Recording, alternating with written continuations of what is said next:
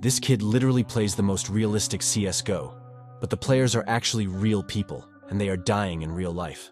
The story begins in the year 2054, where mind-controlling technology allows people to play the most realistic video games, but they are actually controlling real people. Some use it to play shooting games, while others use it for much more twisted reasons. The creator of this disturbing technology is billionaire Ken Castle, famous for his mind-controlling games Society and Slayers. Society is a virtual community life simulation game, but instead of controlling a bunch of code, players control real people and make them do whatever they want. For just a little bit of money, you can have all the fun you desire, while those in need of money can become society characters and get paid. The game became so popular that Castle became the richest man in the world within weeks. A couple of months later, Castle published another game, Slayers. This first-person shooter is akin to CSGO, but with fewer angry Russian players. It is a simulation that allows players full control over another human being, enabling them to fulfill their wildest fantasies.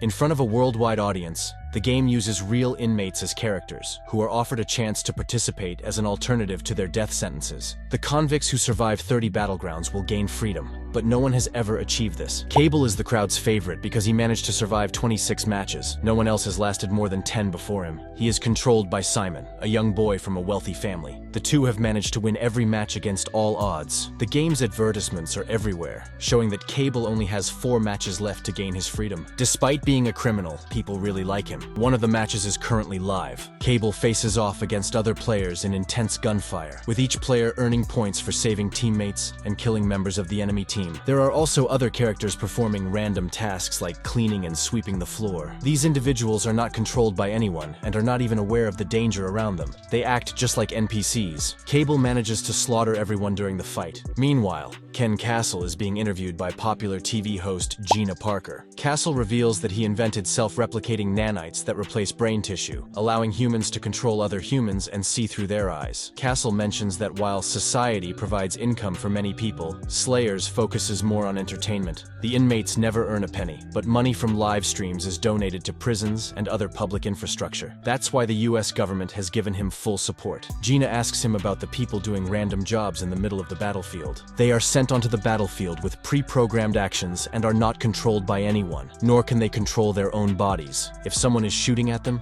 they won't run.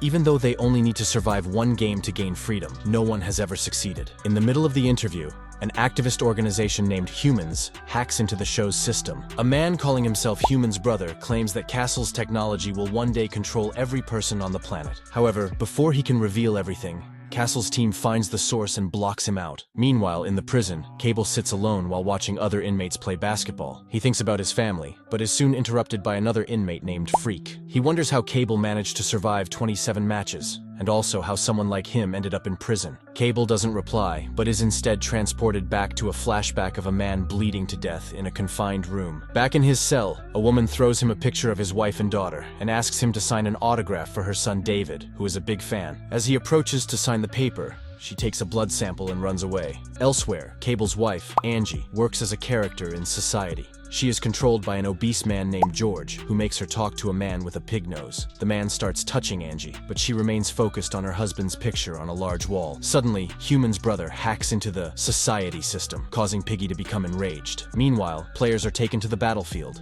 and as soon as they arrive, a brutal fight erupts. Many of them didn't even last a minute. Gunfire, car crashes, and explosions cause the players to die in the most brutal ways. Kable and Simon eliminate all opponents one by one and eventually secure victory. People all around the world are celebrating. Meanwhile, Simon, a wealthy boy with the latest technology, lies on his bed, ordering upgraded ammo for Kable online while chatting with some girls. Suddenly, he is hacked by Humans, who shows him a video of Kable shooting a man in a confined space. This video reveals the reason Kable became a prisoner. As Simon watches, Humans asks if he wants to talk to Kable. Meanwhile, Castle is preparing to unleash a new inmate, Hackman, into Slayers. The plan is that he kills Kable before he wins 2 more matches and gains his freedom. Unknown to everyone, Hackman will not be controlled by anyone. Bro, let me spit them lyrics anyway. The ping that causes a small but dangerous delay between player commands and Slayer's actions will not bother Hackman. Later, as Freak and Kable are talking, they notice the menacing figure of Hackman. Freak reveals that Hackman has killed numerous people and turned himself in. In the next match,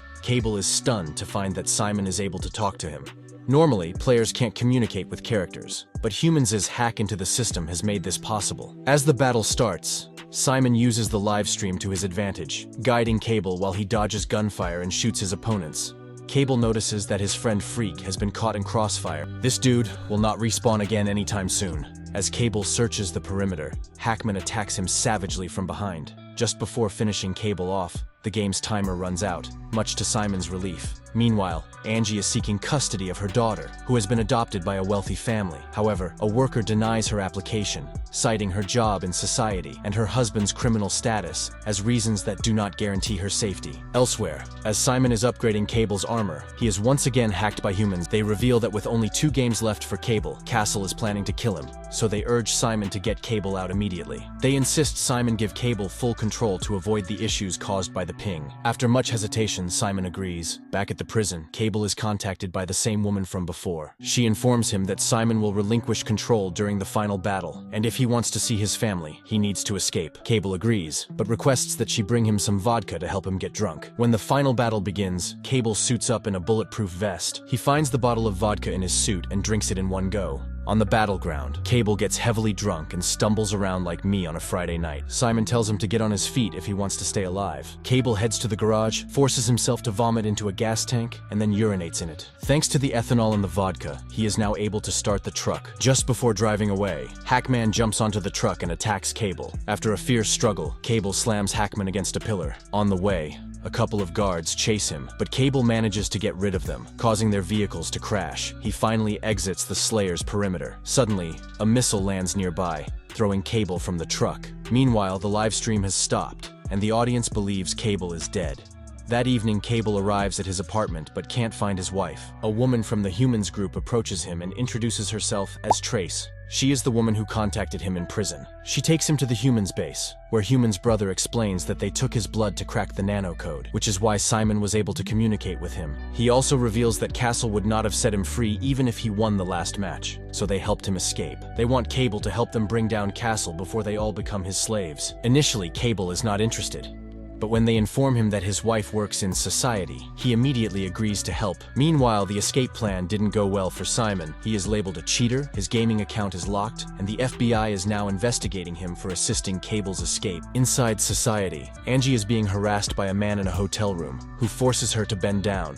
Let's not lie to each other. You would like to be George right now. Fortunately, Kable arrives just in time and breaks the man's spine. As they prepare to leave, Hackman appears from the elevator, shoots Kable in the chest, and takes Angie away. Luckily, Kable is wearing his bulletproof vest, so he is not injured. He then finds Hackman, beats him severely, and blows off his leg with a gun. Later, they reach a place where all society characters are dancing while Castle's men are in pursuit. Just before Kable and Angie are killed, Gina arrives to rescue them. It turns out she is also a member of the Humans group, and takes them to their base. There, the group deactivates the nanites in their brains. Kable remembers that they tested the nanites on him while he was still in the military but still can't regain full memory. The examination reveals that he was under control even before he became a prisoner. It turns out he was one of the first test subjects for the nanites. Kable tested it to the extreme, causing him to shoot his best friend. This is why he was imprisoned. Angie apologizes to her husband as she couldn't get custody of their daughter, and Trace adds that the wealthy man who adopted her is Castle himself. After hearing this,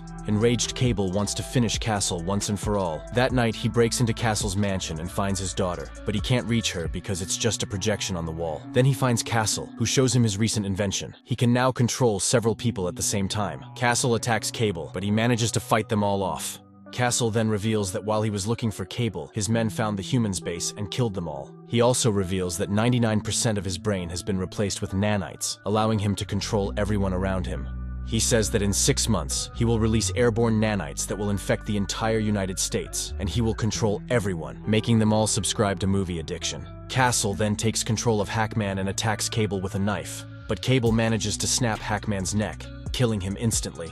Kable then tries to attack Castle, but he is frozen in place. It turns out they have already replaced his nanites, and he can be controlled again. Meanwhile, Gina and Trace have escaped the slaughter and are ready for revenge. They start broadcasting Kable's nanocode to the world, showing everyone what he sees. While Kable, who is fully under control, gets beaten, He then orders people to bring his wife and controls Kable to kill his own child. As Kable tries to resist but is losing control, Simon regains access to his account and takes control over Kable. Simon immediately attacks Castle, leading to a battle between three people controlling one body. Kable tells Castle to imagine being stabbed with a knife. He unconsciously does so and literally kills himself, removing his control over everyone. The crowd starts cheering, and Kable tells Castle's workers to deactivate the nanites from everyone, freeing both society and slayers. Sometime later, Kable is going on vacation with his family, and that's where the film ends. Make sure to subscribe and turn on notifications so you don't miss a new video. Thanks for watching.